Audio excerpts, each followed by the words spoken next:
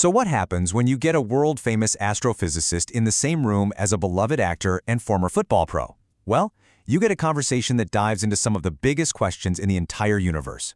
We're going to break down the most mind-bending moments from this chat between Neil deGrasse Tyson and Terry Crews. You know, Terry Crews really kicks things off perfectly. He's not just there to ask questions. He's on a journey to have his mind blown, and he's basically taking all of us along for the ride. So let's do this. Let's get our brains expanded. First up, it all starts with a fan question. Someone asked if we could, build an artificial magnetic field on Mars to protect astronauts. It's a great question, but it actually opens up an even more fascinating one about our own planet. Right, so before we can even dream of building a shield for another planet, we've got to understand the one we're living under right now. What exactly is our magnetic field doing for us every single second of every day? Well, the big bad guy in this story is something called the solar wind. And no, this isn't some gentle summer breeze, it's a non-stop blast of super high-energy particles shooting out from the sun. If we didn't have a shield, that radiation would make life on the surface pretty much impossible. And this is where it gets really cool. The Earth's magnetic field is like a cosmic bodyguard. It catches all those nasty particles and, get this, funnels them towards the north and south poles. When they hit our atmosphere, they create the most incredible light show you can imagine, the aurora. Our shield literally turns cosmic danger into breathtaking beauty. Okay, so you'd think this massive planetary shield, this thing that's essential for all life, would be pretty stable, right? Kind of bolted down? Well, turns out it's not stationary at all. It's actually wandering around. And the scale of this is just wild. As Neil deGrasse Tyson points out, when he was a kid, the North Magnetic Pole was squarely in northern Canada. But now, it's literally racing across the Arctic Ocean, headed for Siberia. Just think about that for a second. Our entire global navigation system is based on a moving target. All right, let's switch gears from magnetic fields to another force that rules pretty much everything: gravity. A fan asked if really high-energy light particles are affected more by gravity than low-energy ones. And that question gets right to the core of what gravity really is. You know, for thousands of years, what Aristotle said just made sense. A heavy rock falls faster than a light one. It feels intuitive, right? But then Einstein came along and completely flipped the script, revealing a much, much deeper truth. If you get rid of air resistance, everything falls at the exact same rate. And the best part? We've got stone-cold proof. On the Apollo 15 mission, an astronaut actually did this experiment on the moon. He held out a hammer and a feather and just let them go. And with no air to slow the feather down, they hit the dusty surface at the exact same time. It's just an amazing, beautiful demonstration of physics. So what's the big takeaway here? It's that gravity pulls on everything with mass or energy in the exact same way. And yeah, that includes you. Right now, you and the Earth are pulling on each other.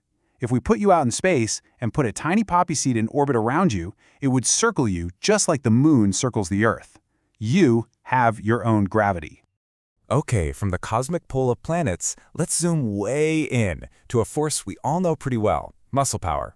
A fan asked, from a cosmic point of view, why muscles are so important and why are they so dang hard to build if they're so vital? So Tyson throws out this really interesting idea, and it's all about our evolutionary past. Think about it. Back in the day, the person with the muscles was the one who could hunt the elk and feed the tribe. That person was crucial for survival, which also made them a very attractive partner. He even suggests that maybe that ancient fascination just got transferred to the athletes and celebrities we follow today. But here's the thing. It's not just about having giant biceps. As both of them discuss, strength is super specific. It's not about how big your muscles are, it's about what they're actually trained to do. And Terry Crews has this brilliant, humbling story that perfectly illustrates this.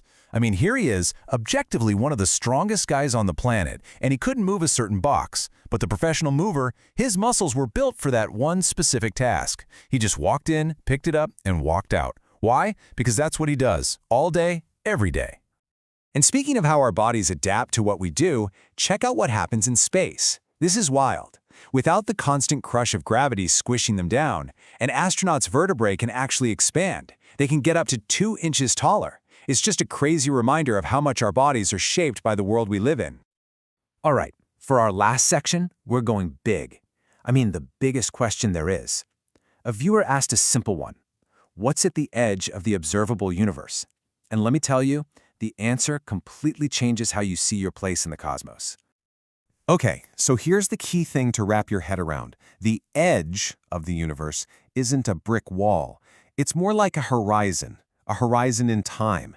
We can only see things whose light has had enough time to reach us since the Big Bang. It's like being on a ship in the middle of the ocean. You have a horizon, but it's not the edge of the water. And this leads to a truly mind-bending idea. Since that cosmic horizon is the same distance away from you in every single direction you look, that means that from your point of view, you are at the absolute center of your own observable universe. And guess what? So is everybody else, no matter where they are. And that brings us to this absolutely profound punchline. If everyone is the center, then nobody is the center. The universe doesn't have a special middle spot. And as Dr. Tyson says so perfectly, that means you can't be it. It's a huge, humbling thought, but it's also what connects all of us. So, from our planet's shield literally wandering off to Siberia, to the fact that you have your own personal gravity, to the humbling reality that there is no center of the universe, it all just opens up so many more questions. I mean, if we got something as basic as the center wrong for most of human history, what other fundamental truths about everything are we still waiting to discover?